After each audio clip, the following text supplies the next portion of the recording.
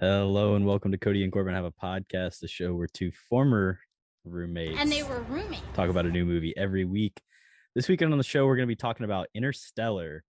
Dad, why did you name me after something that's bad? Oh, we didn't. Murphy's Law. Murphy's Law doesn't mean that something bad will happen.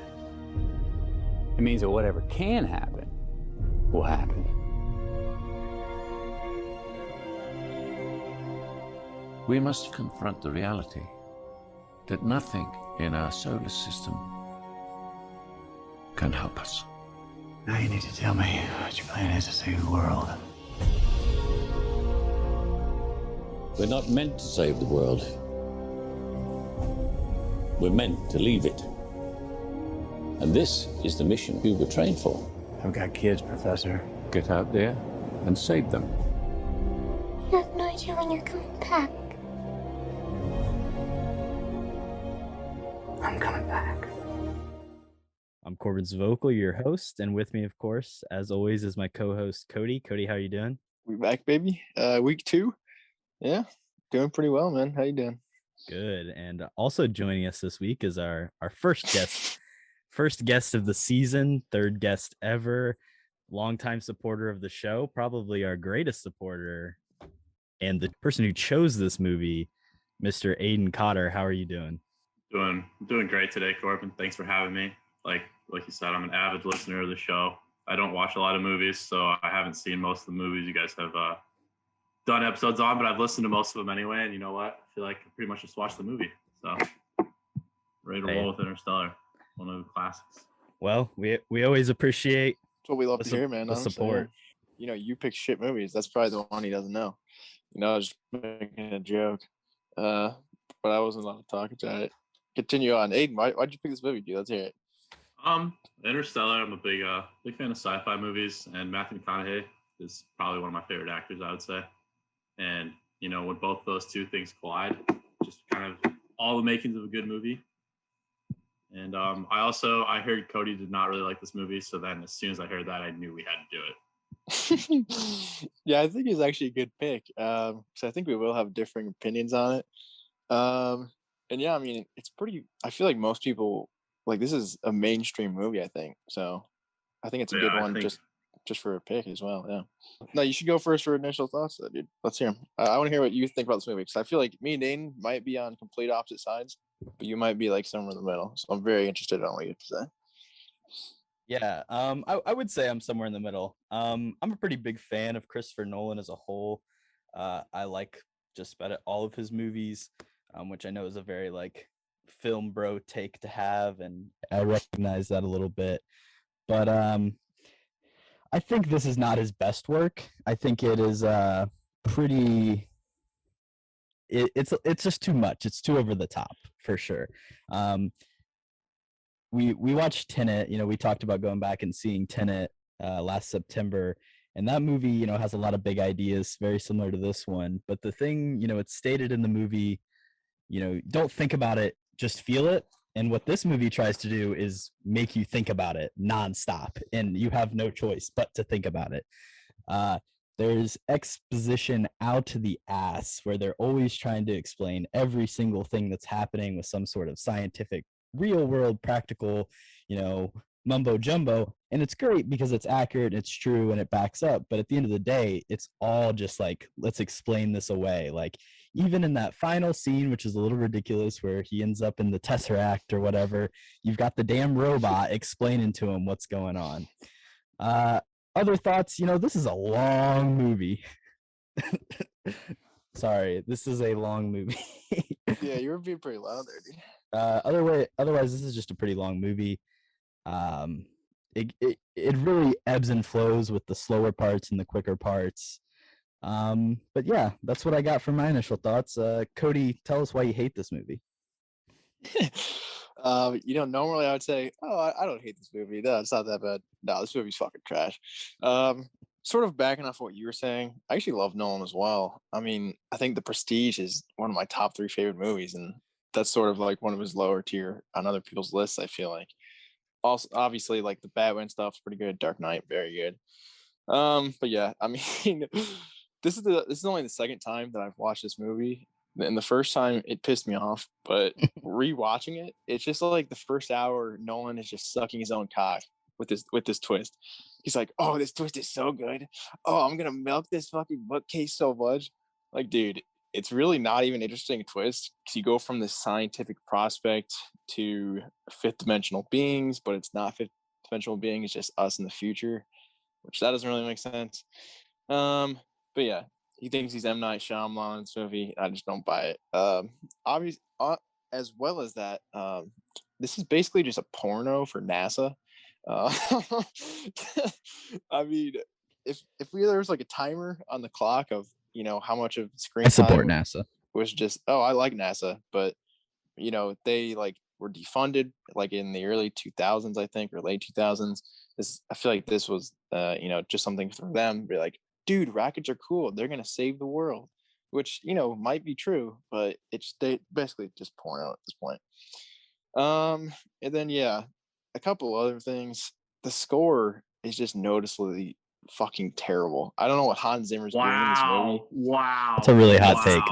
That's not a hot take at all. He literally is asleep. He's falling asleep on the fucking organ, dude.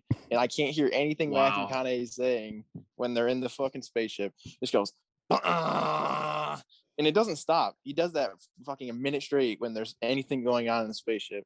I don't even think that's controversial, dude. I feel like most people think that. Well, off of that point, I think it won an Oscar for best original score. But embarrassing. In terms of that's something Nolan's done with all of his recent movies, Tenet, Dunkirk, this movie.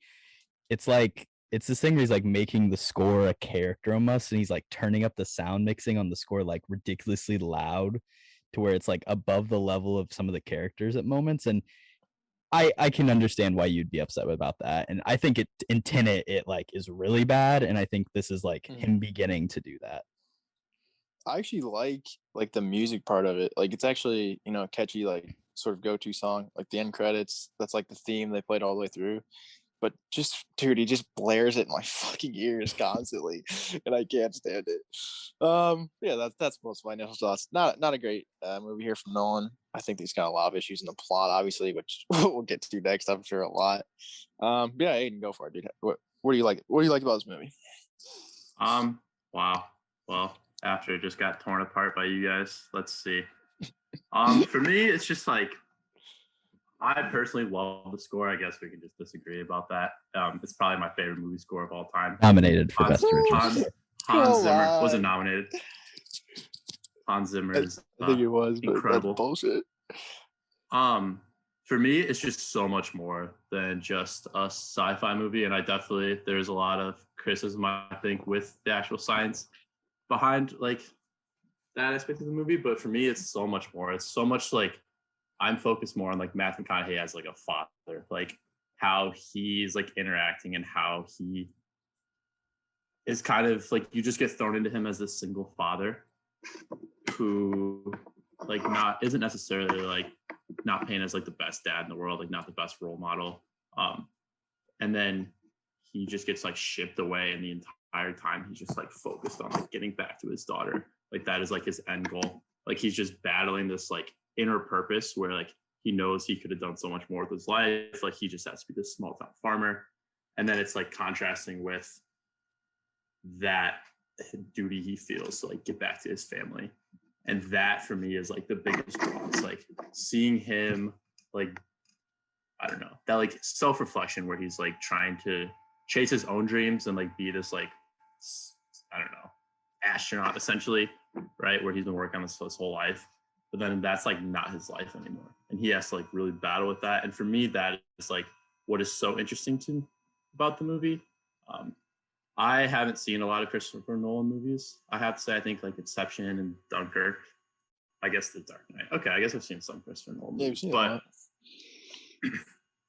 I don't know. For me, I like sort of like the family drama aspect of this movie. I really like the soundtrack. And then I just like how much Christopher Nolan like ties stuff back later in the movie. Like, I don't know, just like little stuff. Like the Murphy's Law thing is kind of overplayed, but I think that's entertaining. I don't like how her name is Murph. and then that seems pretty cheesy to me. But I like how they keep bringing it back, and it's kind of like the whole thing is about Murphy's Law, and then the whole like power of love. Yeah, that is a pretty good one. Murph. Screaming Murph. I They're back just like- most of the things you're saying. I'm not gonna like. I'm gonna cut it. Is that all right? Oh no, go for it. Actually, my favorite part about this movie is Murph and Matthew McConaughey's relationship at the beginning.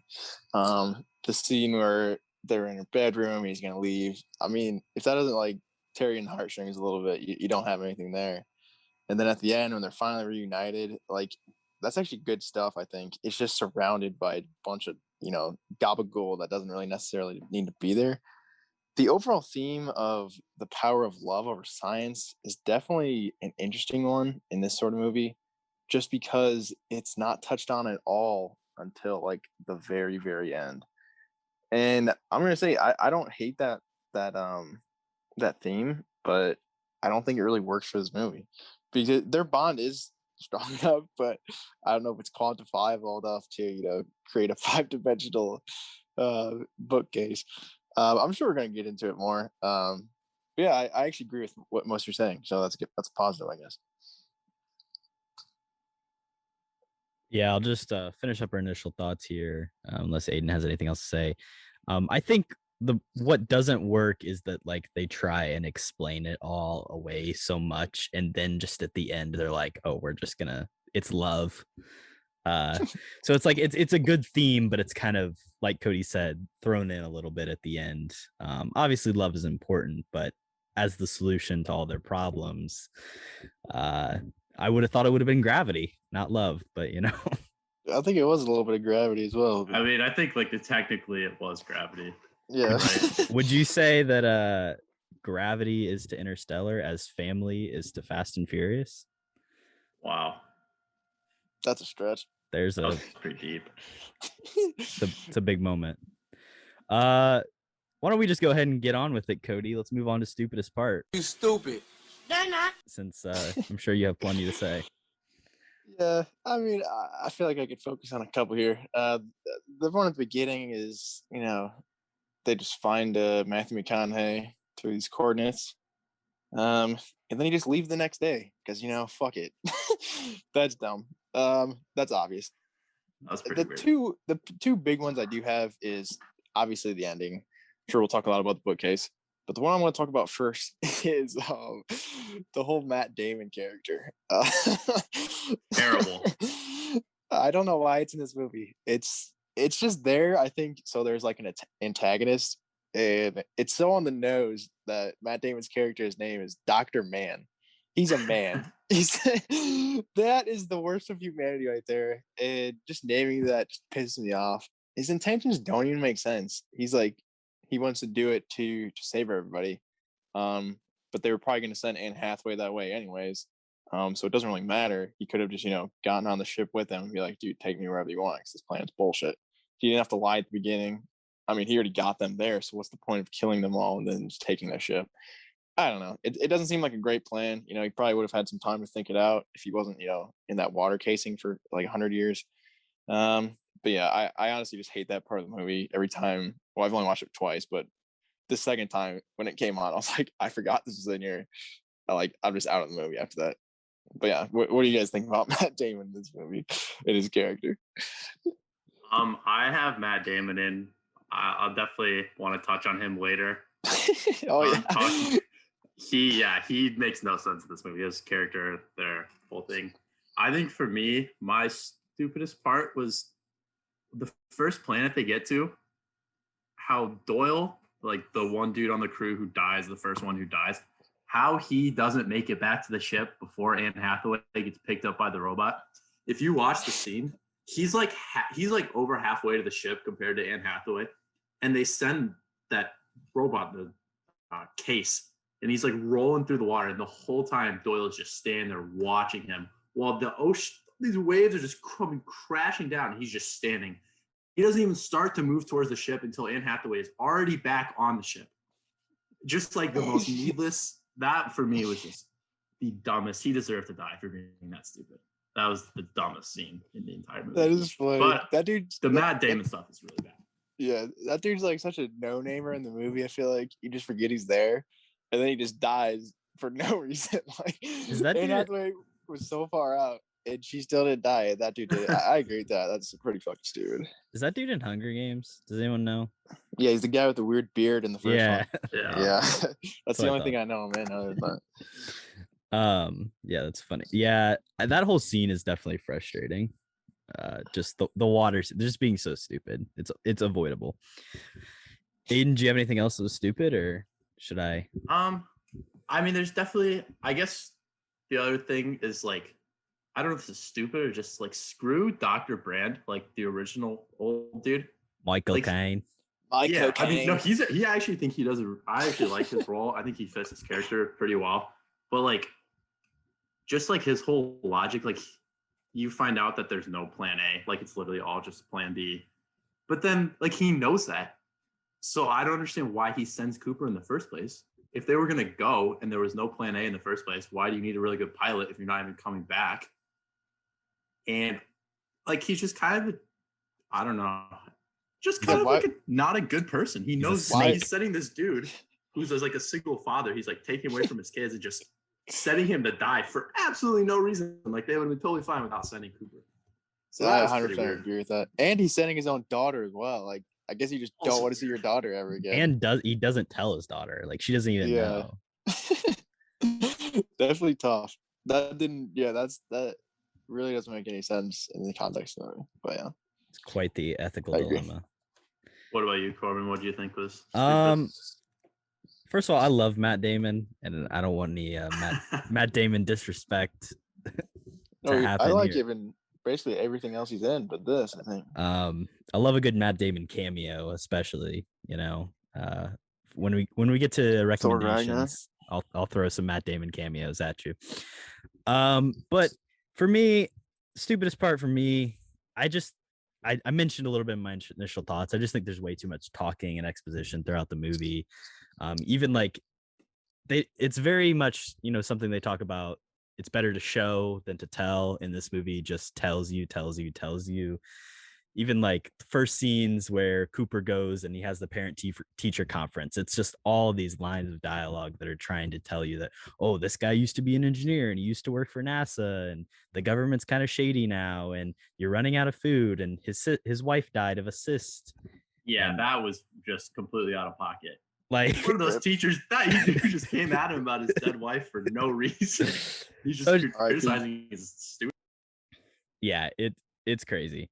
And then my only other big complaint beyond what you guys hit on is I just feel like there's a lot of times where the time and the way the scenes are edited don't really make a lot of sense. I get this movie is supposed to be a little disorienting and that like obviously they're on this planet for a couple hours and it turns into 23 years or whatever, but I think the way they edit it just like leaves you really confused and feeling like it wasn't like they weren't even there for very long. So like, for example, they land on the water planet. The whole scene is maybe 15-20 minutes, which is fine. But like they get hit by the wave and the robot's like, oh, it's going to be like 45 minutes to an hour. And then they have a conversation that literally lasts like 3 minutes. And he's like, okay, it's ready. And then when they leave, they're like, oh, you were there for 3 hours. And it's just, I think they could have done a better job of editing those scenes to at least show some sort of passage of time, because it feels like it's all happening in real time with the way they edit it. But then they're like, oh, you were down there and you just missed 20 years. And I just really hate that part of it. Yeah, it feels like they just use the excuse where it was like, obviously time moves faster, like it's slower on that planet compared to like Earth. But it seems like they just established that and then like didn't actually take that into consideration. They were just like, okay, like we can make it however long we want. Right. And I don't know, it just because it seems like him and like 10 minutes. Anne Hathaway are just having a conversation and then suddenly another wave's coming. But apparently they've been sitting there for like an hour having the same. I don't know if they were staring at each other for the other 40 minutes or I don't know what was that. I think it just wasn't edited very well. But yeah. Yeah. It's like they could have cut to like more of the waves and more of the scenery. Because like, I don't know. That scene itself, like the waves and everything, visually was incredible. Oh yeah. But aside, it just felt like they took that and then just didn't need to add anything to it because they had this incredible visual effect. I think in that scene in particular, the score is really well done and is probably the best part of that scene. Speaking of scenes that we like, let's move on to our next category: favorite scene. She is very gorgeous to me. I would actually like to continue talking about that water scene. Okay, there you go. No, that's by far the best scene in the movie, I think. That's just vintage Nolan, I think. Right when they go down there, well, the whole relativity thing, I think, is very interesting as well, where an hour is 7 years on Earth. That seems to be the only real stakes in this movie where I'm like, oh shit, dude, 7 fucking years an hour. Like, they better get the fuck down there and get out. Right when they get down there, the score starts doing that ticking noise. He goes, that's such good direction. Every one of those ticks is an hour of Earth time passing. Yeah, I did know that's really cool. That's so sick. But yeah, and then obviously the rescue of Anne Hathaway is fun. And then, like you said, the visual on the tsunami or just the wave, whatever you want to call it, very badass. I love that scene. Other than that, I basically just like anything with Murph and Matthew McConaughey at the beginning, like I said. Murph. I did have one gripe. I thought at the end, he should have stayed with her. But also, if he told her like he was proud of her or something for saving the universe, I probably would have cried a little bit. But he was just like, "Oh, I was your ghost. All about me, all about me." Dude, you saved the goddamn Earth, and you're not even gonna say you're proud of her. Like, come on, not a very good dad there. But yeah, I actually really like their relationship a lot. Like I was saying. Also, I mean, the CGI in this movie is incredible. That wormhole. I mean, they actually like created like a sort of wormhole in a simulation. You can go into it, like there's YouTube videos, I'm sure, like hours long of how they made it. It's actually pretty crazy. But yeah. I mean, there's even stuff where like sorry to cut you off, like no, you're good. The simulations that they ran and the way they created the CGI had like real effects, like for scientists, and like they discovered things as they were creating the CGI for this movie, which is one of the really cool things about this movie. Yeah, scientifically speaking, this is actually a pretty sound movie. That wormhole being the big breakthrough. Like they literally started breakthroughs just from like trying to make a movie, which I think is pretty cool. But yeah, I mean, there aren't a ton of scenes that I love in this movie, but that water scene I think is by far my favorite. What do you think, Aidan? What's your favorite scene? Yeah, I mean, the water scene visually, the whole thing with what's his face Doyle dying me will always just piss me off in that scene. But I think coming back right after that, like when they get back on the ship after the water planet and it's been 21 years or whatever, and Matthew McConaughey going in and watching the videos from his kids, for me, that was my favorite part of the movie. That was just so like emotional. Like Murph's recording at the end is just like, I don't know, that one really hit me. Like you were talking about, I also think like their relationship is like one of probably the highlight of this movie, and that one really was just like, holy shit. Like just looking at it from Matthew McConaughey or from Cooper's point of view, like he's watching his kids. It's literally, he's been down on the planet for like 3 hours and he comes back and he's like watching his kids in these like short video clips just like grow up before his eyes and like become like more and more resentful for like him leaving, and like he's like seeing the consequences of him abandoning his family. And for me, that was like super powerful. I think the other one less serious, I love at the very end, at the beginning of the movie when Cooper's talking to the teachers, at the very end when the teachers are like, what are you gonna do to stop to like fix Murphy's behavior? And he's like, Murphy's favorite baseball team is playing tomorrow, and there's gonna be some of her favorite food and some ice cream and everything. I think I'm gonna take her to that. I just thought that was a pretty good father moment. That was pretty cool. I have a question for you guys. Is that supposed to be the Yankees? Like, is that what's left of the Yankees? Oh, yeah, that was my trivia question. Yeah. Well, better come up with another one. Yeah, I know. You ruined my trivia question already, and sorry. But yeah, dude, that was literally Yankees. I think nobody just cares about baseball anymore because everybody's trying to survive. I like the first like half hour of this movie, and then like pockets in between. I also agree with your first scene. like after they come out of the water planet, he's just watching what's his face, Tom, what's the actor's name, Casey Affleck, just watching him grow up, like having a kid, and the kid dies and he grows out a big depression beard, going through stuff. Like, I mean, yeah, I think just anything like actually emotional with the family is actually pretty good in this movie. But yeah, I back both those picks. Yeah, I love the scene as well where he's just like sitting there bawling his eyes out. That is really powerful stuff from McConaughey. I think that like cemented him as like one of the greatest living actors of the time. Moving on to my favorite scene is actually something you guys have said you're not big fans of is Matt Damon stuff.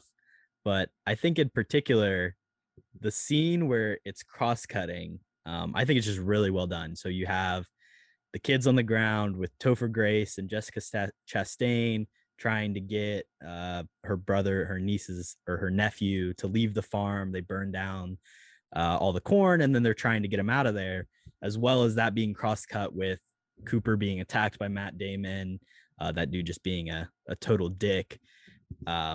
I just love the way that those two scenes are cut together, and I think it builds for like this perfect little climax, like the building tension across those two events happening simultaneously. Not going to get into the time warp of this. It probably isn't really happening at the same time, but the way it's cross cut together, I think is just like phenomenal, top-notch stuff. There's two lines from both of those. First of all, Jessica Chastain says, "Are you going to wait for your next kid to die?" to Casey Affleck, which is tough stuff. That was pretty savage. Oh my god! And then that's the toughest line in the movie. Matt Damon says, I thought I was prepared to die. The truth is, I never considered the possibility my planet wasn't the one." And I really love those two scenes. I get why the stuff with Matt Damon is dumb and like his particular motivations don't really make a lot of sense. But I think the way that it's staged, and just all the tension and the way it builds up is really well done. Yeah, I do agree with that. I don't necessarily love Matt Damon in this role, but I think especially like the first time you watch this, like you have what is his name in the movie? Dr. Mann. Yeah, you have Dr. Mann being like, they Dr. talk about him Mann. and reference him like constantly. And so there is definitely that like build up when you finally like get to meet him. And then having it be just like Matt Damon in like the small role is definitely really cool. And I definitely liked how they did that, where they're like just flipping back and forth between the scene on Earth happening at whatever time. But I think part of the reason that like on a first time watch it's almost better is because like Matt Damon is such a lovable actor, and like you never expect him to like make this turn and be a dick and like actually like betray them. So I think it kind of works the first time around where it's like, oh, this is actually. Kody disagrees. Kody, what do you think? You don't think it works? No, I definitely don't. It just takes me out of the movie when I'm watching it. I feel like, we're finally on this planet where stuff's gonna go down, and fucking Matt Damon's just there for some reason, and he's just being Matt Damon. I feel like he's not even really acting in this movie. He's sort of just being himself, and you're just like, oh, okay, Matt Damon's in this movie now. He's probably gonna do something. Because I mean, why would he get cast in this role if it's nothing? But yeah, also his performance is trash. But yeah, I'm not a big fan of you're the scene you were talking about. I do like that, where he's talking about survival instincts, and the last thing you'll see is your kids. And he's like on the ground suffocating, and then it cuts like Jessica Chastain like trying to figure shit out. I do like that. I think that's just good direction. I think the writing is really the problem with this movie. I think Nolan obviously knows how to make pretty good films. So yeah, I agree with what you're saying mostly, but yeah. We move on to our next category: who can act. Wow. I feel like we might have one similar person across this category, but Aidan, get it started. Who can act in this movie? I mean, McConaughey, like that is it's like the obvious answer. Like I think he's excellent in this movie. His emotional depth in this movie, I think compared to some of his other roles, was stuff where I don't know, for me this was the first McConaughey movie where I was like really struck by that part of his acting, because like I think he's always just kind of a badass and he's got that awesome accent, and I think those two things alone you're gonna be fine, right? But like his I don't know, seeing him like break down in full tears like that for me was just like super powerful. Like we already talked about a decent amount. My other little one, I don't know if you guys know who Bill Irwin is. He was Mr. Noodle. I don't know if you guys ever watched Sesame Street. You guys did. Do you guys watch? I'm all over this. I know what you're about to say. All right, so I don't know what you're talking about. So Mr. Noodle is this character on Sesame Street. Whatever. You like knew when you're growing up. Lulu Who and the Grinch too. Oh really? Oh yeah. I've seen the Grinch. But Bill Irwin is the voice of Tars, the robot, and I just thought I just thought that was so cool. Instead of having just like a super like mundane like robotic robot voice, it's like Bill Irwin's voice, and like for me, someone who like knew who that was and like heard that voice a lot when I was like younger, it was like pretty cool to see him be the robot in this movie. Well, I guess that's not really acting, but and a cool thing here is that those robots are not CGI; they're actually puppets, and he did the actual puppeteering like on set for these robots. So he was there doing the voice acting. He was the puppeteer for both Tars and Case, but he only did the voice, of course, for Tars. So who was he in Sesame Street? Mr. Noodle. Who the fuck is that? Is that a puppet? Or is he a person? No, he's a person. Just look it up. Okay, well, I thought watch it was a puppet. We'll touch on that during recommendations. Actually, we'll save it for later. I didn't even put down the robots, but I probably should have, because I think those are a couple of my two favorite characters in the movie. Such good acting from evidently one guy. But yeah, the voice acting also very good. The humor level just funny throughout. Never gets non-funny. I got a lot of names here, honestly. I think a lot of people are good in this movie, and there's only a few like sore thumbs, if I'm being honest. I also didn't even know Timothée Chalamet was in this movie the first time I watched it. Did you know that, Korbin? I did not the first time I watched it, because I think I saw it like before I knew who he was, but that's what I'm saying. Seeing in the last couple of years, being like, oh, I definitely had that realization at later date where I was like, oh crap, that's Timmy. Well, yeah, this is only the second time I saw it. I guess that's fair. Like, what the hell? Timothée Chalamet is his son. I just thought that was really funny. I definitely an early role for him. Oh yeah, that's probably the first thing I saw him in. Honestly, I just didn't know it. But yeah, obviously Matthew McConaughey, best actor in this movie. Murph. Yeah, who says Murph more? Him in this movie, or Rick saying Carl in The Walking Dead? I think it might be Murph, dude. Well, I don't know how many seasons in that dude dies, so I don't want to do the math on that one. But all right, we'll have to fact check it. Yeah, obviously he's the best actor in this movie. I mean, he's got a Best Actor Oscar for Dallas Buyers Club. She's also very good as well. I think you should watch that, Aidan, actually. But yeah, it's his movie. He knows what he's doing. I also love My Cocaine, not just because I like saying My Cocaine. He's actually pretty good in this. Most Nolan movies, like in Tenet, he's really got nothing to do. He's actually a character in this, has some strange motives, but you know, he's still fun to watch on screen. But my favorite duo by far is Jessica Chastain and Casey Affleck, just together. That's really, I think, the best part of this movie. I think Jessica Chastain is very, very good in this movie. And then Casey Affleck is sort of just that foil of, you know, I'm just staying here, fuck it, dude. Like, we might die, but I'm not leaving. And Jessica Chastain is the opposite of that, saying, you know, there's still hope or whatever. But yeah, they are just my favorite part of the story. I think the transition to Murph, the kid actor, to Jessica Chastain is just seamless. You don't even think it's anybody different. You don't question that at all. And I think that's just props to her. But yeah, those are my picks. A lot of picks for best performance for me. What do you think, Korbin? Well, my two did get taken, but I just want to say this is like a really strong cast and probably the best cast Nolan movie. Just going through the names: McConaughey, John Lithgow, Timothée Chalamet, obviously Anne Hathaway, Michael Caine, Topher Grace, Jessica Chastain, Matt Damon. I'm sure we'll talk about some of those people some more here in a minute, but it's just like pretty insane ensemble. The two I did have written down, of course, McConaughey, like absolutely insane. Especially like mentioned already in the podcast, the scene where he's sitting there just crying, like that is just so impressive to me. And going back to the little exposition thing, he has some like lines of dialogue in this movie where he's just like spouting a speech of just like nonsense and BS. And you're just like, oh yeah, like I get it. Like I'm down. I'm 100% in for what you're saying. And it's only because Matthew McConaughey has the prowess and the power to do that. And then the second thing I had written down was Tars, Bill Irwin, Mr. Noodle, one of the goats. I think that is just probably like one of the best characters, and it's funny because it's not even a human. I think the design of those robots is really cool, but I like the way the humor and the honesty like kind of plays through as a constant thing throughout the script and is always coming back up. So yeah, even in the end, was kind of the only comedic relief in the movie.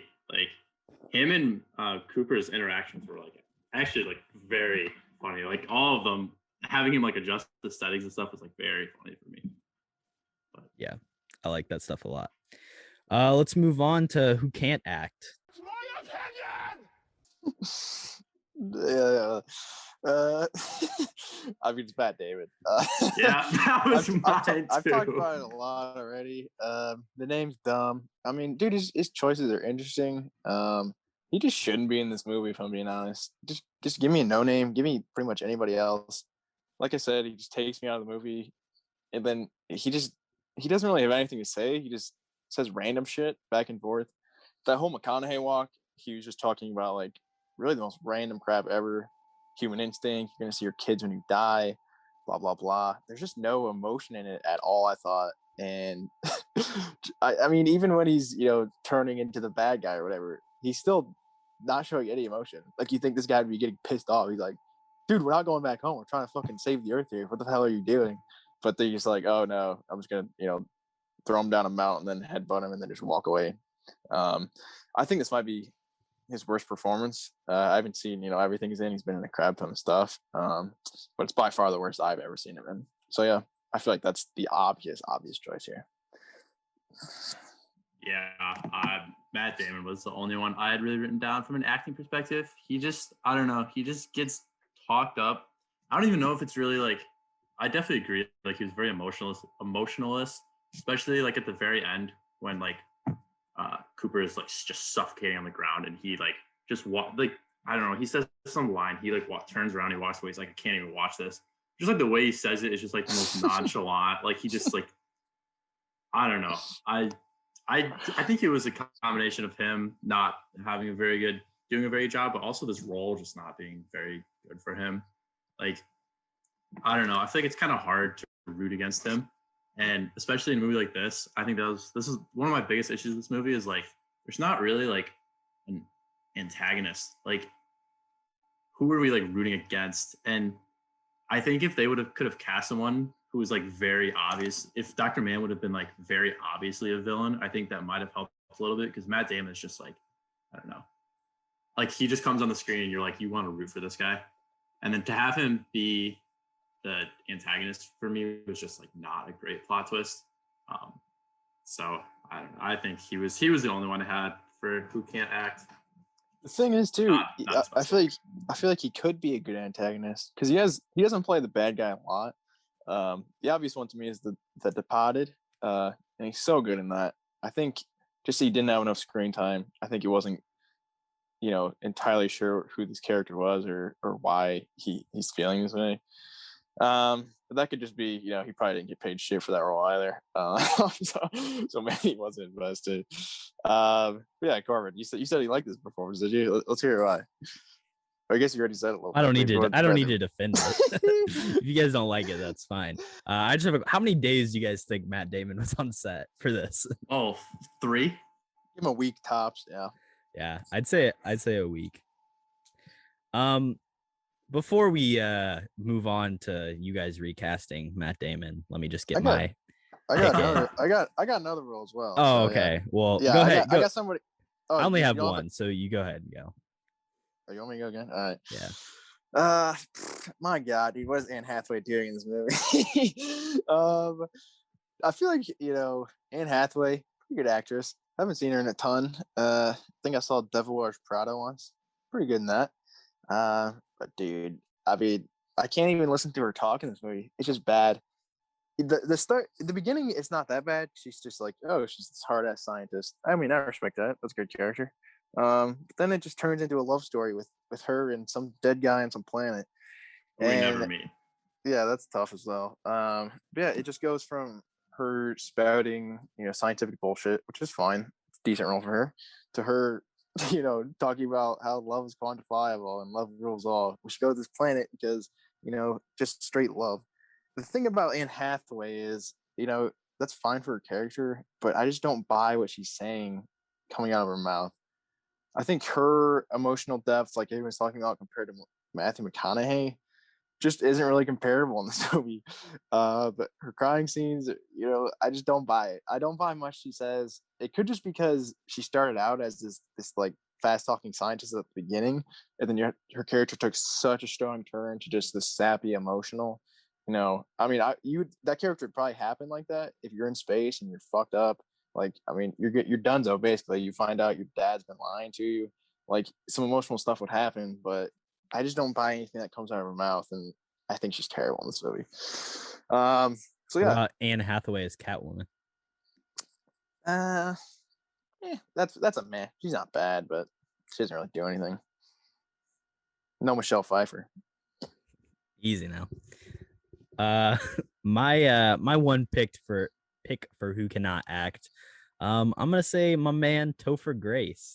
Oh, disrespectful. I think he's like the least serious actor in this whole bunch. So that doesn't mean he's bad. And his performance is not very good. Yeah, you're full of shit. His role is just kind of. I mean, I don't think it's well Best written. He doesn't really get any. He doesn't get any development. I think especially like when he's at the house and he's like, "You need to leave right now," to like these fucking like this kid and his mom and like Casey Affleck, and like I just think it's like, what are you doing? What are you talking about? Who are you? Why do you matter? Why are you kissing Jessica Chastain at the end? Like it's. She kissed Casey him. Affleck punching him in the face was 100% justified. That was awesome. I mean, yeah, great. That should have been up there for best scenes. He's got weird lines though. That's the thing. It's like I agree. At the beginning, he's like, "You got to move out right now. This is fucked up." And then when when they're kidnapping him in the car, he's like, "Get in the back seat now." He's like, "Dude, settle And then down." he's just like standing outside screaming at the house, "Murph, we gotta leave." Murph, I can see his truck. Then he gets out a crowbar. Yeah. Yeah, I love Topher. That's not a great role for him, honestly. I mean, it's just a bad character, bad writing. But yeah, Topher's the man. I don't know why you disrespected him. Should have been bad character, not bad acting. I don't really know why that character exists at all, to be honest. But and he didn't kiss Jessica Chastain. She kissed him. Okay, so that's not his fault at all. It's a dumb love story, anyways. I don't even think they got together. Who knows? That's not confirmed. We'll have If to they ask. didn't get together, then he really did not have a point in this movie. Because that was his literally only role is to be her love interest. I guess. I don't know. I think him. He's like a doctor. I Grace don't know. And Matt Damon in this movie, both just like too big for their roles. I think for like I think it would have been much better if they were just kind of like no names. Oh yeah. But, like Topher's not that big of an actor though. No, but I mean he's bigger than who is. He's been in no movies though, really, other than like Klansman. Spider-Man 3. Recently, yeah, he's gotten better at acting. He's in a lot more stuff now. But I mean, what is it, 2014 or something? I feel like that's a pretty long time ago. Fair enough. All right, Kody, and maybe Aidan. Who's replacing Matt Damon? Let's hear it. Yeah, obviously. Actually, A recast. You're fired. You're fired. You're fired. You're fired. I have a really interesting pick for this one, so I want to hear what you guys think about this. Yeah, Matt Damon's gone. Obviously, give me Will Ferrell in this movie. Get out of here! I want to see that the dude fuck emerge from the water. I want only one thing to stay. I want obviously a bunch of script changes as well because it's Will Ferrell. I want the same first scene when he gets out of the water and he just breaks down crying. I think that's actually pretty good. Because I mean, dude, you haven't seen anybody for like 100 years, dude. I mean, that's scary. He said he went down there and he didn't even put a set date up, so he wasn't gonna come up like ever again. But but yeah, after that, just throw me some Will Ferrell shenanigans. The thing about this movie is it's too serious, I think. Even for a Nolan film, there's just no humor other than, like you guys said, the Tars McConaughey stuff, which is good. I do like that. Yeah, I think Will Ferrell would just change the pace of the movie in a good way. It's still a serious role, I think, for him. Like, it's not a just slapstick Adam Sandler thing. Like I said, he's still crying at the beginning, so he's got the chops. He's done some serious stuff. But then I just want the driest humor possible from him. Being like, yeah, well, it only took you guys like 500 years to get to my planet. I mean, hey, also there's nothing here, so you're fucked. Like, just stuff like that. Yeah, I think it's a change of pace from Matt Damon. It probably does the same thing that I said, like takes you out of the movie a little bit. But yeah, that was my dumb pick, if I'm being honest. So yeah, Will Ferrell, goated. Why not Adam Sandler, man? Nah, too old. Don't trust the Sandman. I do trust the Sandman, but it's not the right role for him, dude. Oh, but it's good for Will Ferrell. Gotcha. Makes a lot of sense. The Sandman's already taken a serious turn. I want to see Will Ferrell get an Oscar nom now, dude. Okay, fair enough. Aidan, what do you got? So I was like going through, and I actually took, I'd say like at least like 15 or 20 minutes, like trying to think of someone I wanted to play Dr. Mann instead of Matt Damon. I just couldn't think of anyone. I think that just kind of like speaks on his role, like the character itself. Like, there was no like big actor who I would have been like, if they would have played this role, it would have been so much better. And that was kind of the whole thing with the movie is like, I think the issues, I mean, this is one of my favorite movies, but I think the issues with the movies does not have much to do with like the cast. The one I did have, so the guy who plays Romilly, who's like the dude who gets stuck on the ship for 21 years. The only diversity in the entire movie. Yeah, the black guy. Yeah. Literally the only black guy in the movie. The only any person of color in this entire. The principal. He's David Alulu or whatever. There you go. Can't say his name. I was say wrong. Say his name, Korbin. David. What is his last name? I don't know. I don't know how to say it, but yeah, that. I feel like you would know how to say that. I don't. All right, sorry. Who are you replacing? So the guy who plays Romilly is David Gyasi, and the only other thing he's in is he's like in one other movie, and I really can't remember it for the life of me. I have no idea. It's something super small, like not small, but like his. He's in Cloud Atlas, and yeah, I think that was like his Annihilation. No, I haven't seen either of those. Cloud Atlas is pretty good. I would have loved to see Donald Glover, and I love Donald Glover, and him in The Martian is pretty much the exact same role. And so once I started thinking of people for him, that was like the first thing that came to mind. But yeah, a little more diversity from Christopher Nolan would have been. I like that pick. Donald Glover in The Martian is very, very good. It's like a very similar role. That was like the first thing I thought of. Yeah, like I said, like the actors, I don't know. I don't think the cast was the issue. I like that guy in the movie though. He's always explaining stuff.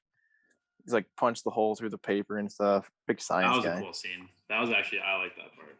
They could have put Neil deGrasse Tyson in that role, and they would have been just like talk about science.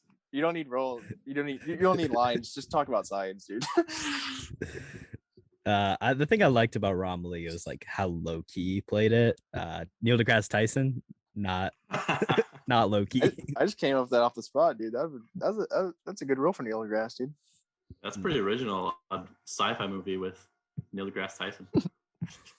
Is that more on the nose than calling Matt Damon man? I don't know. It's probably pretty close. I think man's a pretty common name, but no, shut that up. You did not just defend that. Fuck off. So Christopher Nolan likes to do he likes his people, you know. He likes to stick with his guys and girls, you know. If he enjoys them in one movie, he's gonna cast them in another one. So I decided to go with, you know, a former Christopher Nolan actor, Joseph Gordon-Levitt.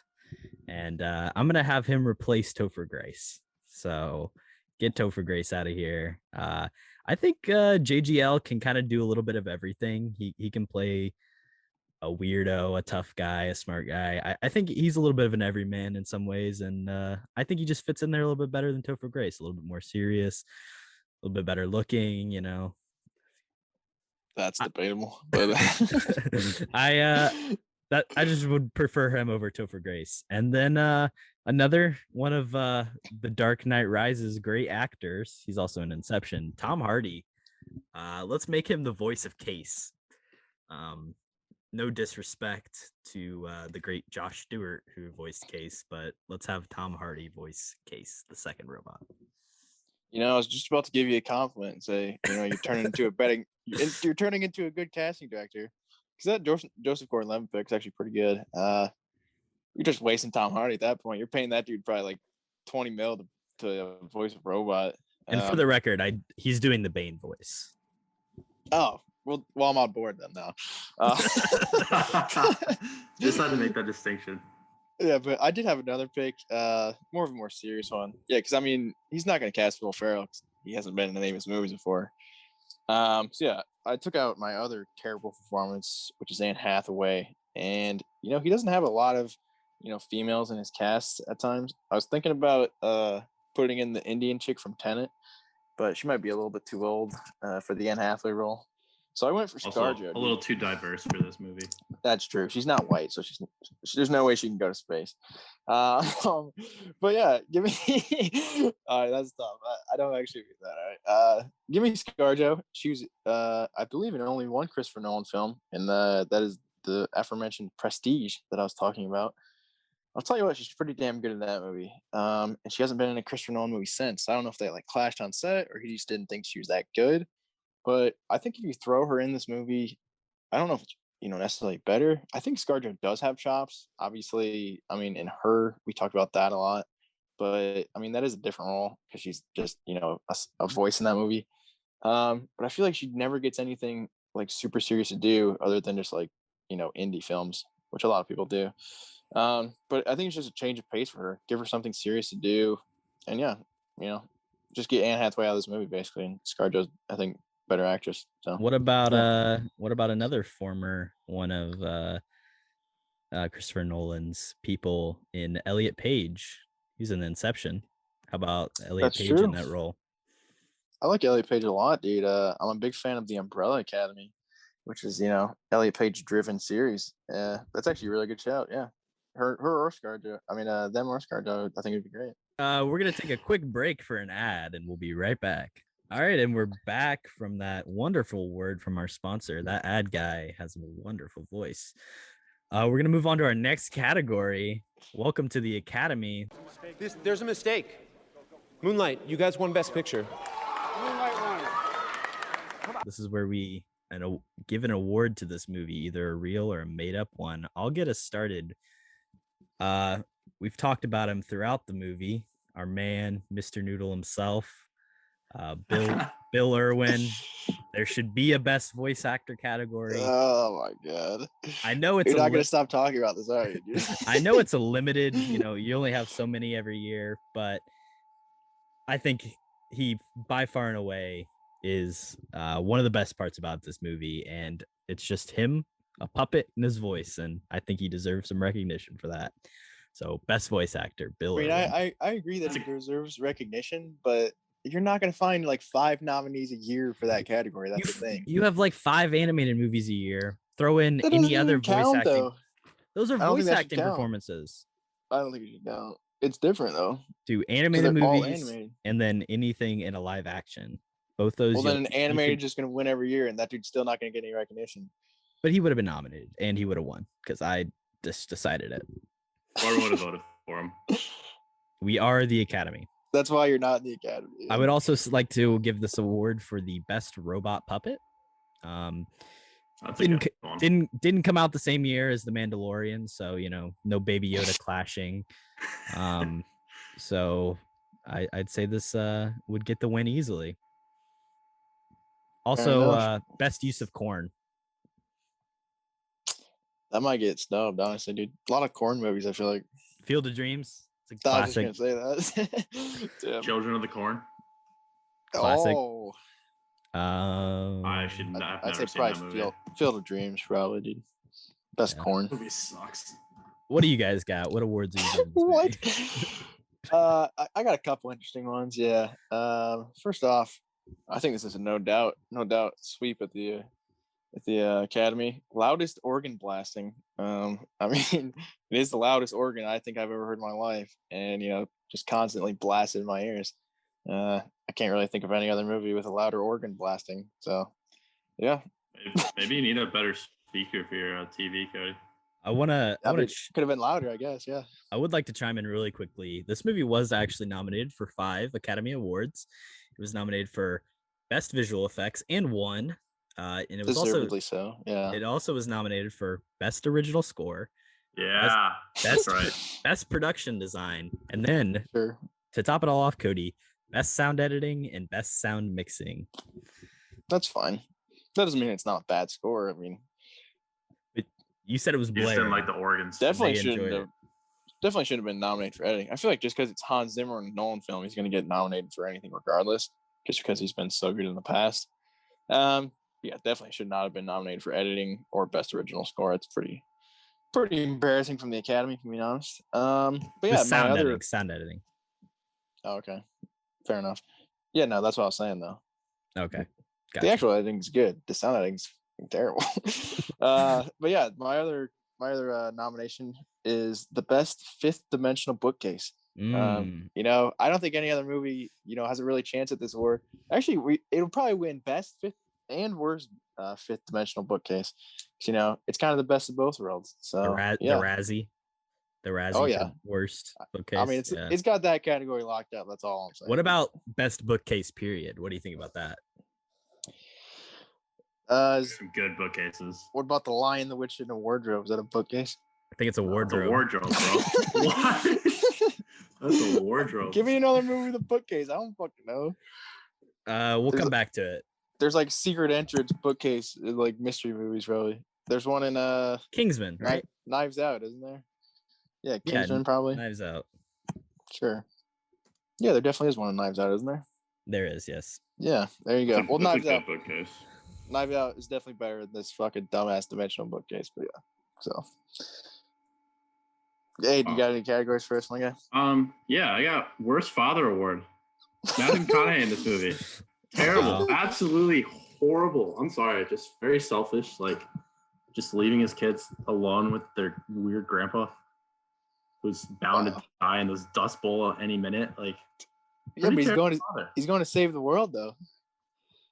I mean, I guess, yeah. I think there's probably some worse movie dads that we could give that award to, I would say in context, he's a very bad dad, but yeah, I don't think out of, other movies, he's probably that bad of a dad. At least he loves his kids, At least one of them. I don't know how he feels about Tom. It's actually true. He doesn't give a fuck about Tom. No, he doesn't care at all about Tom. What happened to Tom? Who cares, dude? The grandpa was like, yeah, Tom will be fine. He doesn't fucking care. But you got to make things right with Murph. Like, dude, Tom's older. Like, I don't know. Hey, he's a dumb farmer. He's not smart enough to go to college. He left both his kids. He was second in his class. Yeah. Still too dumb. Should have been first. He ain't first or last. That's all I'm saying. Very true. Back to Will Ferrell again, huh? Wait, what was that about Will Ferrell? I just lagged through that whole thing. He said, if you're not first, you're last. So. Oh, wow. That's a hell of a quote. Shake and bake. Let's move on to our trivia question. Naked grandma. Naked, huh? I know you guys lost yours. Have you come up with alternate questions, or I just slightly changed mine? So yeah, okay. I'm fine. I'll ask mine first. I want Aidan to answer first, and then Kody. But don't list them out. Just so obviously Michael Caine has been in a lot of movies directed by Christopher Nolan. How many movies directed by Christopher Nolan? This dude's typing very quickly. I didn't realize who Michael Caine. Oh, he's the old guy. If you say my cocaine, it sounds like you're saying his name in his accent. Yeah, my cocaine. So, Aidan, how many movies? Can I have like a ballpark? Well, here, I believe there are 11 movies that Christopher Nolan has directed, maybe 12. That helps, because I would have said like 15. Let's go with 8. Okay, Kody. I'm thinking. So I'll just spell it out. You got 3 Batmans. You got this movie. You got Tenet. You got The Prestige, obviously. I just had another one, but I forgot it. There. I was at 7. What are other Christopher Nolan movies? Insomnia. He's not in Memento. I think it's 7. I'm probably missing one. So it is technically 8 when you count his voice, but on-screen appearances it is 7. So the movie Kody was missing in that list was Inception. He's in Inception. But he also appears in Dunkirk in a voice role. He plays like Tom Hardy's commanding officer that like talks to him over radio. Yeah, really? I didn't know that. I get that right though. Let's go. All right. We'll let Kody ask this question then, since he got his right. I actually have 2 questions. Of course, I want to overachieve here. Yeah, my first one. Well, originally it was, what is the guy with the weird beards, character name? Because I feel like that guy's just so forgettable. But Aidan said it like 20 times, so everybody knows what it is now. Romilly? Nope. Yep, that's it for sure. Nope, that's the black guy. Yeah, I changed it up on the spot. Hey, what is Topher Grace's character's name? You guys want multiple option? Multiple choice here, I'm assuming. Yes. So yeah, is it Doyle, Getty, or Hanley? Let's hear Aiden's first, since he likes this movie a lot, supposedly. What was the question? What's Topher Grace's character's name? Is it Doyle, Getty, or Hanley? It's not Doyle, because that's one of the dudes on their crew. Yeah, you said it like 20 fucking times. All right, dude, sorry. So 50-50 shot. No, I was looking at the cast list earlier. I'm pretty sure it's Getty, right? Okay. What's Korbin saying? I'm gonna say Hanley just to be different. Yeah, it's Getty. Aiden's just too into this movie, dude. He knows it all. Can't He's get obsessed. Just had to do some research before I came on this podcast. I had no idea, to be honest, what his name was. So yeah, I didn't know until I looked it up either. Yeah. Does it get set? I do. Huh? No, I don't think so. Definitely not. I do have another question. This one is a little bit more probably easier to get, honestly. But yeah. So yeah, we were talking about the black hole. How many hours did it take to render each frame of the black hole? So each frame it was on screen, how many hours did it take to render? We've got under 10, about 50, or over 100. Korbin, which one do you think it is, dude? Going about 50. Okay, good guess. Going down the middle. Aidan, how about you? Give me the over on this one, dude. Oh yeah, I can't believe Korbin got that wrong. It's kind of embarrassing for the craft. It took over 100 by a lot, I think. They didn't give a specific number, probably because it's embarrassing. But yeah, they worked hard on that thing, dude. Over 100 motherfucking hours per frame. I don't even know how you even produce a movie. How do they even make this? Because you're taking over 100 hours just for a single frame. Well, I don't know how many frames were in that sequence. That's 100 hours of it just sitting there, like a computer sitting and rendering. That's what I'm saying. Exactly. Yeah. Dude, just the amount of time that takes, and that black hole's in the movie for a significant amount of time. They go in it, then they come back to it as well. So, yeah, I thought that was just really interesting. Just researching this movie a little bit. But yeah. Korbin, 0 for 2 on the trivia this week for me, buddy. Kind of sad. You got 2 last week because I messed up. It's all right. Hey, Korbin will come back right here. Oh yeah, I just want to say the correction to the last episode. The money was $20,000 at the School of Rock. Yes. It wasn't 25. It was Battle of the Bands. It was 20,000. I was correct. So he was 2 for 3 last week. 0 for 2 this week. Yeah, tough. All right, I got 2. I got 2 of them. I came up with here. I had to adjust one of them because it got answered within 2 seconds of us talking about this movie. What was the one that got adjusted? It was the baseball team. It was the Yankees. Oh. I didn't realize you guys were gonna pick up on that like that. That's easy money. Apparently, love baseball. All right. Hey, Korbin, you get this one right. All right. when they shot the scene on Matt Damon's planet with all the snow, like that, they went and shot that like on site, like somewhere. Yeah, on a planet. Yeah. Okay, no, but like somewhere. Yeah, no, they went to this planet. Yeah, they shot this. Yeah, I get what you're saying. All right, so out of those 4 actors that were on the planet, so McConaughey, Anne Hathaway, David Gayasi, and Matt Damon, one of them got hypothermia. Korbin, which out of those 4 got hypothermia on set? Well, I do know the answer. So do you want Kody? All right, dude, yeah, Kody. That's a tough one. Who do I think would get hypothermia? I think McConaughey's cocky enough to get hypothermia. I feel like it's Anne Hathaway for some reason. I don't think it's the David guy because it's just too low key. There's no way Matt Damon was on set that long either. Dude, I think it's McConaughey. I'm gonna go Anne Hathaway. So fuck her. Good answer. Good answer. Anne Hathaway. Let's fucking go 2 for 2, boys. There's like, all right. Real quickly, let me butt in here. Did you guys see that story? Did you guys see that story that came out that was like, oh, Anne Hathaway says Christopher Nolan doesn't allow chairs on set? No. That like happened last December, where it was like this big, like all these articles like, Anne Hathaway says Christopher Nolan doesn't let anybody sit in chairs because if there's chairs, then people will sit and not work, and there's no chairs allowed on a set. Apparently, everyone was like, that's not true. So it was a weird thing that came out, but it came out the same time that she was talking about doing the movie, and she said like everyone hated their spacesuits, but like they were too scared to say anything to Christopher Nolan.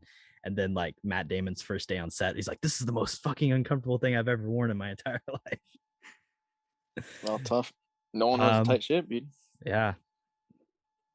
All right, Aidan, what's your second question? All right, Korbin, hopefully you don't know the answer to this one already. All right, so at the beginning of the movie, one of their neighbors is like burning a bunch of their crop.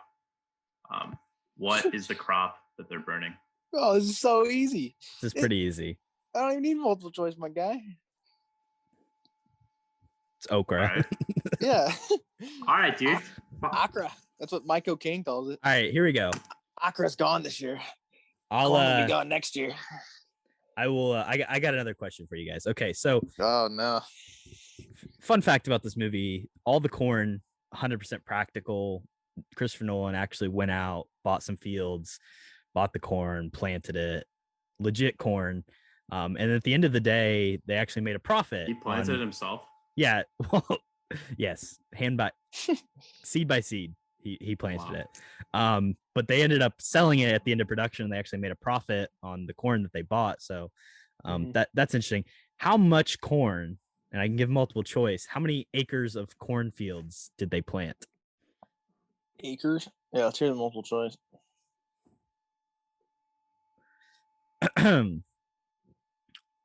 300, 400, 500. Why are they growing so much fucking corn? Jesus Christ. I would say got probably 300. That's a lot of fucking corn already, dude. Give me 500. Taking the over. 500. Is it 500? 500 acres of corn.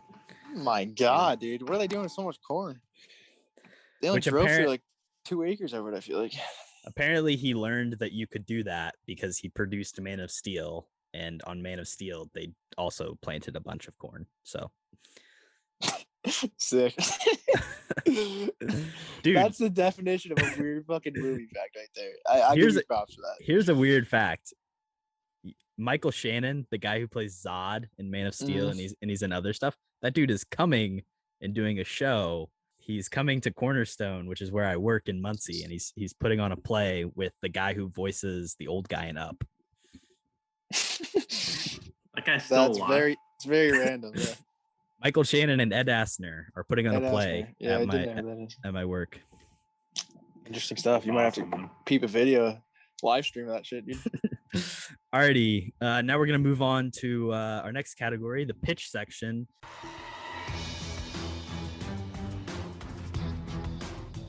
Aidan, what do you want to see? Sequel, remake, 10-episode miniseries? What's your pitch?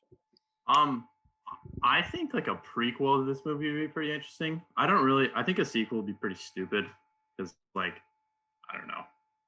like, where do you go from here? They just go to the next planet. Like, you kind of already saw what happened with the time shift. I think like a prequel, like getting to see, maybe not like directly like the same characters, but just getting to see like how like their society got to be like the way it was, like the food shortages, and then like, I don't know, like what that dust situation. I think that would have been pretty interesting, because I think a prequel would just ruin this movie, which is probably why they would do it. But yeah, that was kind of all. I didn't. Decent idea. I definitely agree. I definitely don't want a sequel. Sounds like the most boring fucking thing I've ever seen in my life. I said, give me a little, HBO Max spinoff TV series here, and show me the in betweens between the Murph breakthrough and them building those massive fucking space stations. Cause that actually looks pretty interesting. Just like all the analytics of that. Obviously, just her going through the scientific discovery phase, trying to get the world on board with this. I feel like that's going to be pretty tough to do, to convince, however many people are left to, just leave Earth and go live on these, just massive cylinders in space. Take some convincing, I feel like. And then, just the construction of those things as well, how they get all that crap up there, but the whole physics of it, I think would be interesting to go into more. And bring back Jessica Chastain, Topher Grace, get better writer. I think it actually be a pretty fun series. So yeah. I don't have anything too in depth here. They actually, I guess, did a comic like about Interstellar and like about some of the stuff that happens on the planet with Dr. Mann, which is interesting. But my pitch is I have two options. First of all, real simple, just like all the Lazarus missions. So like seeing like, it doesn't have to be Matt Damon, but that character and Edmonds and the other chick, like just them going out on the Lazarus mission, them landing on the planets, what happens, but maybe a little bit the prior and the leading up to that of like how like they have to keep NASA hidden and there's some like government espionage and it's a little bit of like a spy science fiction thriller and the world's dying. And then the other option is let's see Cooper and Dr. Brand starting the colony on the planet. They have to raise all these children. It's like half a dozen kids, they're just some parents and they're raising kids. They don't love each other, but it's just a weird family dynamic with Matthew McConaughey and Anne Hathaway on a desert on a planet. They don't love each other. It's Someone like put that on a t-shirt, dude. And then maybe they don't love each other. Maybe that dude that Anne Hathaway is in love with, they end up finding him, and then he wakes up and he's got issues with the way Cooper's running things, and then there's a little bit of a power struggle there. Maybe he's like a zombie. He comes out of the ground, starts haunting the kids at night, dude. I like that. Good. I mean, we need aliens. We're waiting for aliens to come up at some point in this. It's true. Alrighty. That sounds like a terrible idea, but yeah, I'm not. Wow. Hey, we gotta have bad ideas to have good ideas, right? That's probably what Nolan would do for the sequel. Honestly, just make a fucking sitcom out of it. So yeah, that's what I want. I want like a sitcom, like Full House, dude. 20 episodes. Okay, yeah, Full House on the planet. But they don't love each other though. That's the big thing. Yeah, it's like they're in a relationship where they are caring for children, but they're not intimate. So sounds like my so just Full House at that point. All right, we're gonna rate this movie out of 69 for no particular reason. You're gonna look at me and you're gonna tell me that I'm wrong? Am I wrong? It's my favorite. We got a guest on, so we'll let him rate this movie out of 69 first. I'd say probably 55 out of 69. All right. I don't know. 69 is a hard rating. It's pretty low, dude. Is it pretty low? I don't know. Kind of. I don't know. It's kind of in between. All right. You know what? Yeah. Give me 56. 56. Oh, wow. Yeah.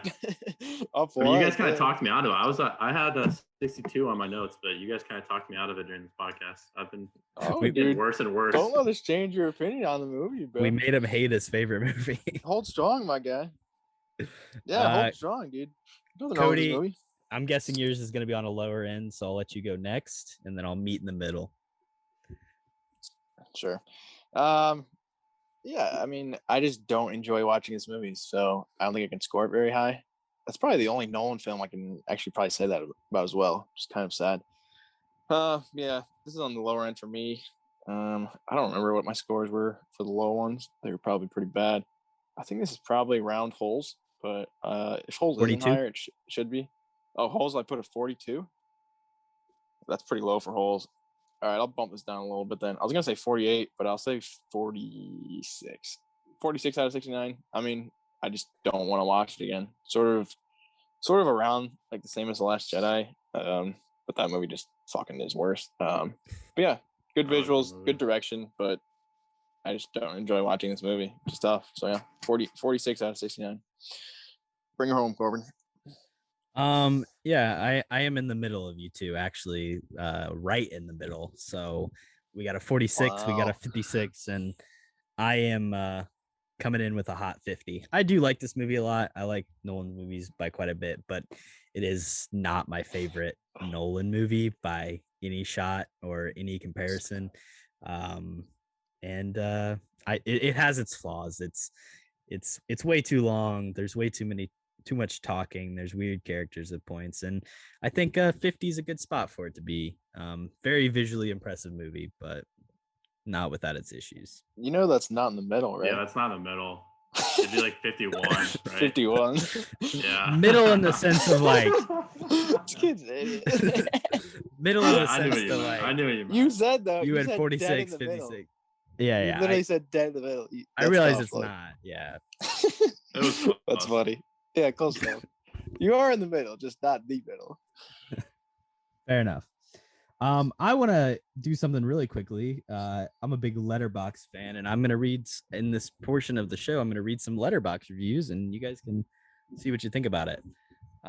Watch this on my 13-inch MacBook Air, just as Christopher Nolan intended. That is also how I watched this movie. That's kind of sad.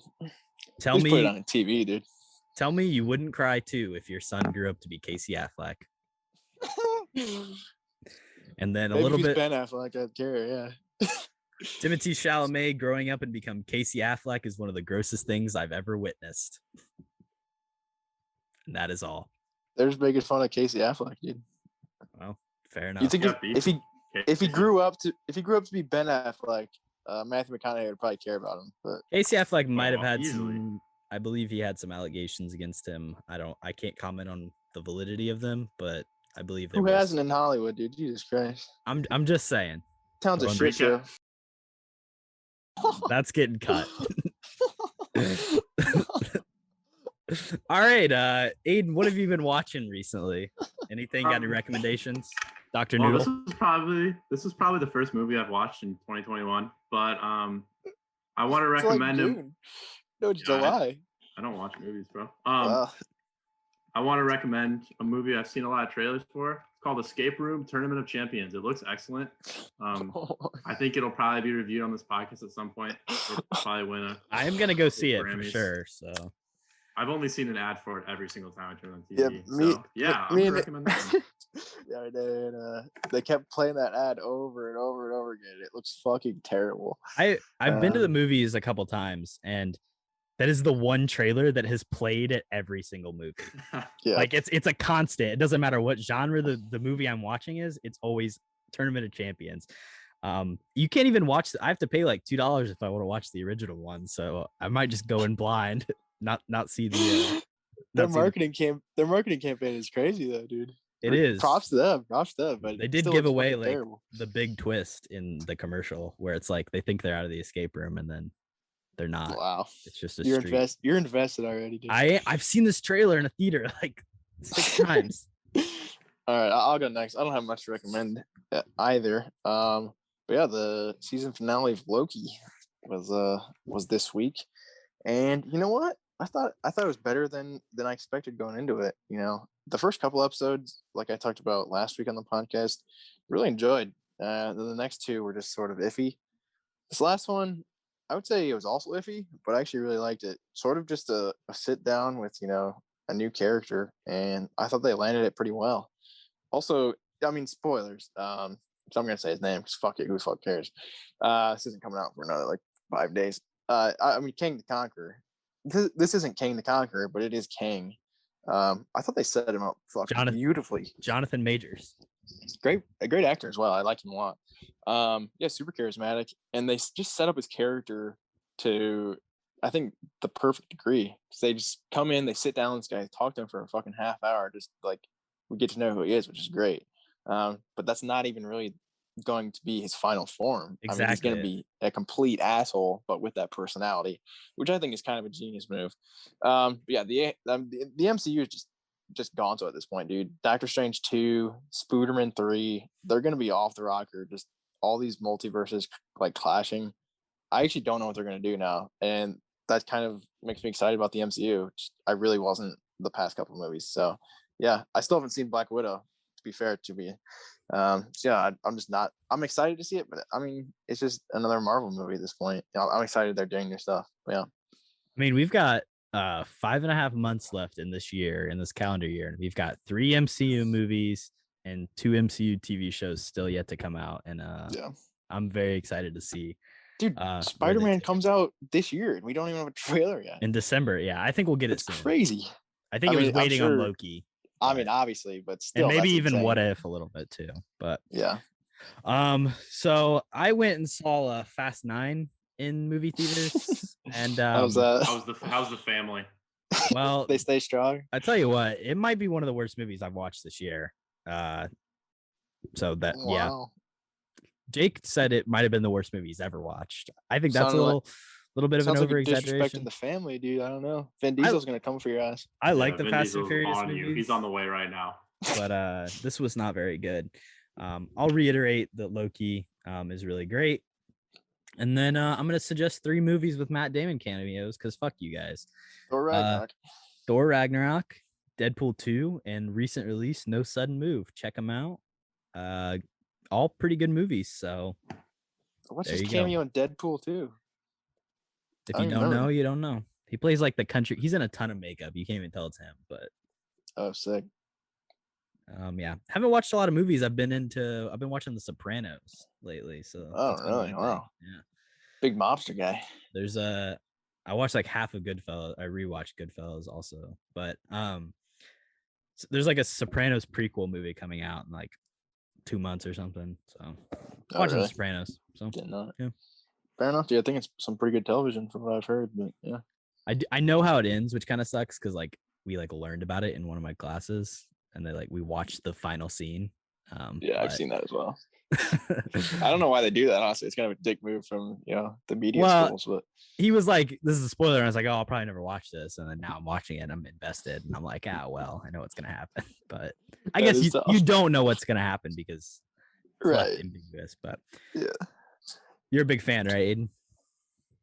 I've never seen any of the things you just recommended. All right. Well, thank you for coming. Thank you for coming, man. Yeah, this is a long one. Good movie as well. Yeah, thanks for having me on. I feel like I learned a lot. Learned who Michael Caine was. This is definitely gonna be a long episode, dude. We had a lot to talk about. I think it was a great pick. It was a good guess, man. Great guy. Appreciate you coming on. Been waiting for this for a long time, and I'm sure the fans are gonna love it. I'll be sharing it left and right. Don't you worry. Thanks for having me on, guys. I had a really good time, I will say. All right. We'll see everybody next week. And Kody, any sneak peeks of what you're picking? Nah, I don't know. I'll figure it out. Stay capping, folks. Follow us at KHAP Podcast. Peace. Peace. This didn't fit into our main episode, but I just have this little audio clip of Kody and I having a little chat while Aidan was dealing with some technical difficulties during that ad break that we had. So just wanted to throw this in at the end. If you listen this far, hear us talk about some new movies that have come out recently. That other chick in Tenet, she's like a newbie as well. Which girl? The main girl. I don't know. She's not a newbie. What else was she in for? No, I'm saying for. Oh, for him. Nolan. Yeah. He doesn't really. That was basically an entirely new cast, I think. He doesn't. Which is very surprising. He really sticks with his men more than his women, I would say. That's true. I guess what's her name is in 2 movies. Anne Hathaway. Yeah. And that chick from The Dark Knight Rises, she's in a bunch of stuff too. She's Leo's wife in Inception. Yeah, we can hear you. Yeah. You know what I'm talking about, Corbin? What's her name? Maggie Gyllenhaal? No, she plays She plays Ra's al Ghul's daughter. Yeah. She's the French chick. Well, she's not in The Dark Knight Rises. She's in Batman Begins. Yes, she is. No. She's in The Dark Knight Rises. She stabs Batman at the end. Her name is Marion Cotillard, I believe. Yeah, and she's Leo's wife in Inception. That's the same person, isn't it? Yeah, it is. Yeah. She plays Maul. Yeah, it's Marion Cotillard. She's I'm pretty sure she's the one who is she the one who just said that Adam Driver performed oral sex on her? No, that was someone else. Who was that? What? Who said that? That was probably ScarJo, dude. Oh, dude, Adam Driver should have been in this movie. Oh my god. No, there's a new movie called Annette where it's a musical and he performs oral sex while singing in the musical. And it has check it out, dude. And it has Marion Cotillard in it. Yeah, I was right. That'll be an interesting scene, yeah. All right. Ready to head back into it? Yeah, kick it into gear, my guy.